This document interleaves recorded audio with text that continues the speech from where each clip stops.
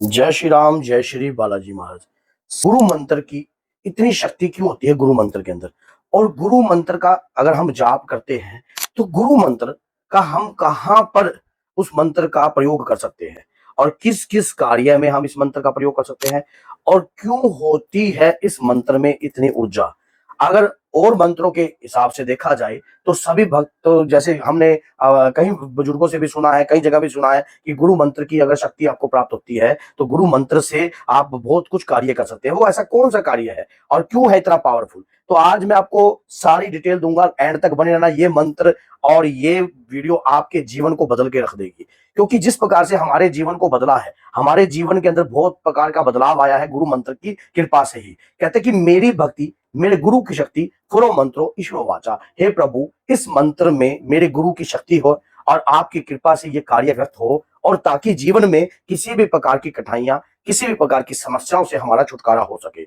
जो गुरु मंत्र होता है वो गुरु के द्वारा दिया गया होता है, उसी को ही गुरु मंत्र कहा जाता है। और गुरु मंत्र की कृपा से आप बहुत कार्य कर सकते हो। इसी वीडियो में आपको बताऊंगा कि गुरु मंत्र, जब आपका गुरु आपको ये मंत्र आपका तिलक करके जब आपके कानों में इस मंत्र को फूंकता है, इस मंत्र को आपके कानों में डालता है, तो ये मंत्र नहीं है, एक आपके लिए एक ब्रह्मास्त्र के समान हो जाता है। एक ऐसा अस्त्र और जो कि कृपादायक है।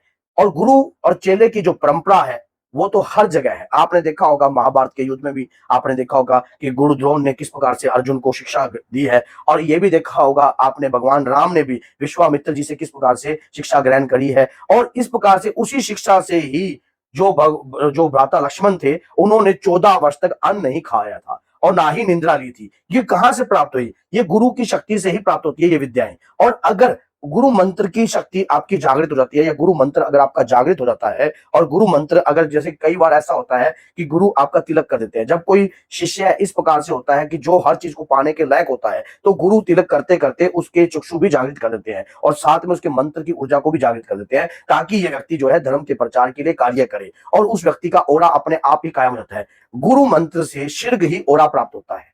पहला तो आपका रक्षा कवच स्थापित होता है। आप जब भी इस मंत्र का उक्त 5 बार जाप करते हो, जब आपका गुरु मंत्र जागृत हो जाता है या गुरु मंत्र को आप जागृत कर लेते हो अपने कंठ के द्वारा, अपने मुख के द्वारा, जब लगातार आप 1 माला, 2 माला, 3 माला, 4 माला लगातार जब आप प्रयास करते हो, जैसे आपके आपके चाहे कोई भी गुरु हो जिन्होंने अपने अपने गुरु से दीक्षा ले रखी है, या अपने गुरु जी के सानिध्य से जो भी व्यक्ति कार्य करता है, तो वो उन नियमों के अनुसार चलकर ही उस गुरु मंत्र को सिद्ध कर लेता है। और जब वो गुरु मंत्र सिद्ध हो जाता है, तो वो मंत्र नहीं, एक, जैसे कि मैंने बोला, एक ब्रह्मास्त्र भी है, एक ऐसा आपके लिए एक रहस्यमय विद्या है जिसका प्रयोग आप किस किस कार्यों में कर सकते हो। पहली बात तो आप स्वयं का भी रक्षा कवच स्थापित कर सकते हो, और दूसरी बात ये, जब आप स्वयं का रक्षा कवच स्थापित करोगे तो किसी और व्यक्ति का भी रक्षा कवच स्थापित कर सकते हो। गुरु मंत्र से साधना में अपना रक्षा घेरा भी तैयार कर सकते हो। जब आप साधना करने जा रहे हो अपने इष्ट की, मान लीजिए आप माँ दुर्गा के कोई शक्तिशाली रूप की पूजा कर रहे हो, या माँ दुर्गा के 10 महाविद्याओं की पूजा कर रहे हो, तो आप गुरु मंत्र की शक्ति से आप अपनी ऊर्जा से अपना घेरा बना लेते हो। आपका घेरा बन जाता है, उस घेरे में किसी भी प्रकार की नकारात्मकता या किसी भी प्रकार की कोई भी शक्ति प्रवेश नहीं करती। क्योंकि कहते हैं कि जब गुरु के मंत्र से हम अपना रक्षा कवच स्थापित करते हैं, तो बाहर की नकारात्मकता हो या कोई भी शक्ति हो, वो अंदर प्रवेश नहीं करेगी। और गुरु, कहते हैं कि गुरु ब्रह्मा, गुरु विष्णु, गुरुदेव महेश्वरा, गुरु साक्षात परम ब्रह्मा, तस्मै श्री गुरुवे नमः। तो गुरु को परम ब्रह्म की उपाधि क्यों दी गई है? क्योंकि ब्रह्मा, विष्णु, महेश, उनके तुल्य क्यों बताया गया है?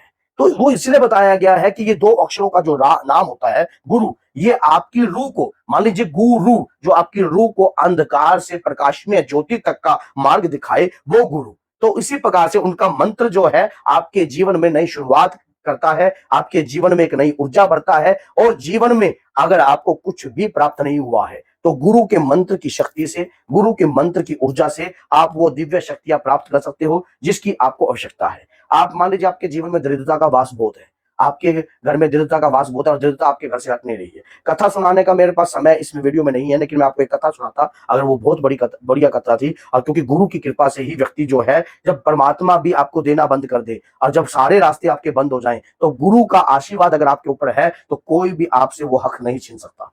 कोई भी आपसे वो हक नहीं छीन सकता। आपको समस्त शक्तियां भी प्राप्त होंगी और समस्त कृपा भी प्राप्त होगी, क्योंकि गुरु की शक्ति से सब कुछ प्राप्त होता है। गुरु मच्छिंद्र नाथ जी, जब आपको पता है कि स्वयं जो गोरख पुराण में इस बात का उल्लेखन दिया गया है, जब मच्छिंद्र नाथ जी थे वो ऐसी अवस्था में पहुंच गए थे कि उस दौरान गुरु गोरखनाथ ही उन्हें वहां से निकाल कर लेके आए थे। कई बार गुरु भी अगर इस प्रकार की अवस्था में, और चेला अगर आपका तेजस्वी होता है या चेला जो आपके नियम के अनुसार चलता है, तो वो गुरु की रक्षा भी करते हैं। ये गुरु और चेले का जो रिश्ता है ये बहुत ही अटूट है। जिन लोगों ने गुरु धारणा करी है या इस दौरान किसी की भी गुरु धारणा करी है, तो ये वीडियो उन सभी भक्तों के लिए, उन सभी व्यक्तियों के लिए बहुत ही ज्यादा प्रयोगशाली है, क्योंकि अपने जीवन में अपने गुरु का अपमान कभी मत होने देना। उनकी शिक्षा को ग्रहण कीजिए और ग्रहण कर कर आप अपने इष्ट का भी चुनाव कर कर कार्य करते रहिए। मंत्र का जाप कंटिन्यू रखिए, 1 माला, 2 माला, 3 माला, ये आपके समर्थ के ऊपर है कि कितने मंत्रों की माला आप डेली करते हो। गुरु मंत्र से आप धन की प्राप्ति भी कर सकते हो, लेकिन कैसे? ये धन रूपी विद्या कैसे हमें प्राप्त होगी?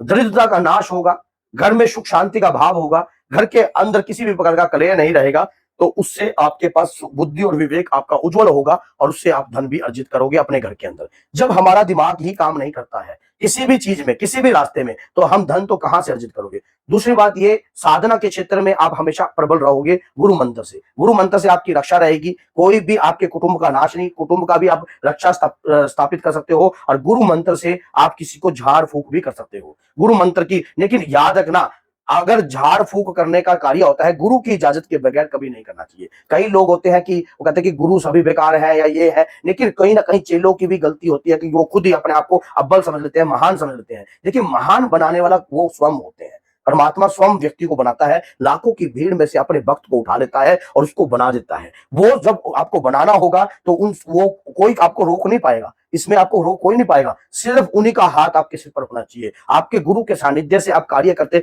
चलते रहोगे तो जीवन में सफलता प्राप्त करोगे। गुरु मंत्र का प्रयोग ना तो किसी को बताना चाहिए, ना गुरु मंत्र किसी को बताना चाहिए। इस मंत्र की ऊर्जा जो है धीरे धीरे इतनी प्रभावशाली होती है, आपका ओरा चक्र मजबूत होता है, आपका आभा मंडल के अंदर शक्ति स्थापित होती है और आपके शरीर के अंदर एक अद्भुत ऊर्जा का वास होता है, और घर के पितृ भी आपकी प्रेत योनि में नहीं आते। और घर के अंदर अगर गुरु मंत्र का गुणगान चलता है, मंत्र का जाप चलता है, तो आपके परिवार के अंदर सुख शांति का भाव जो है हमेशा पनपता रहता है। गुरु मंत्र से आपके जीवन में आपकी हस्त रेखा, मस्त रेखा, जीवन में सूर्य रेखा, भाग्य रेखा सब चमक सकती है, क्योंकि गुरु को अधिकार होता है। कोई भी शक्ति जो है गुरु के, जो आप गुरु का सामना नहीं, क्योंकि गुरु की कृपा जो है अगर चल जाए आपके ऊपर, क्योंकि ये एक ऐसा रिश्ता है गुरु और चेले का, जो स्वयं आपने गोरख पुराण के अंदर स्पष्ट तौर पर, आपको अगर किसी भक्त ने गोरख पुराण पढ़ा है तो उसमें जो 9 नाथों के बारे में बताया गया है, मच्छिंद्र नाथ जी जब किस प्रकार से और गुरु गोरखनाथ जी ने किस प्रकार से अपने गुरु के प्रति जो है कार्य किया है, और अपने गुरु के सानिध्य में रहकर ही उन्होंने क्या क्या किया है। और एक ऐसी भी उसमें मैंने कहानी सुनी है, जब एक बार गुरु गोरखनाथ जी को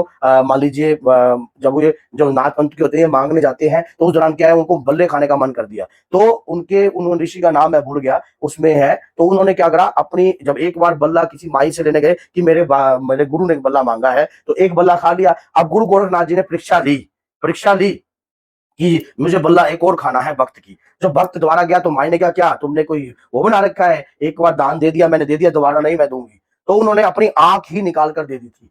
तो इस प्रकार का जो रिश्ता होता है ना गुरु और चेले का, एक अटूट संबंध होता है, एक रहस्यमय रिश्ता होता है। इस जिस रिश्ते में एक रहस्यमय शक्ति का वास हो, वो ऊर्जा जब जागृत होती है तो कृपादायक होती है। इसलिए कहते हैं कि मेरी भक्ति मेरे गुरु की शक्ति, फ्रो मंत्रो ईश्वर वाचा। हे बाबा, मेरे मंत्रों में ईश्वर की कृपा प्राप्त हो, मेरे गुरु की भक्ति मैंने की है, उस भक्ति से मुझे शक्ति प्रदान हो। तो बोलिए जय सीताराम, जय श्री बालाजी, जय माता।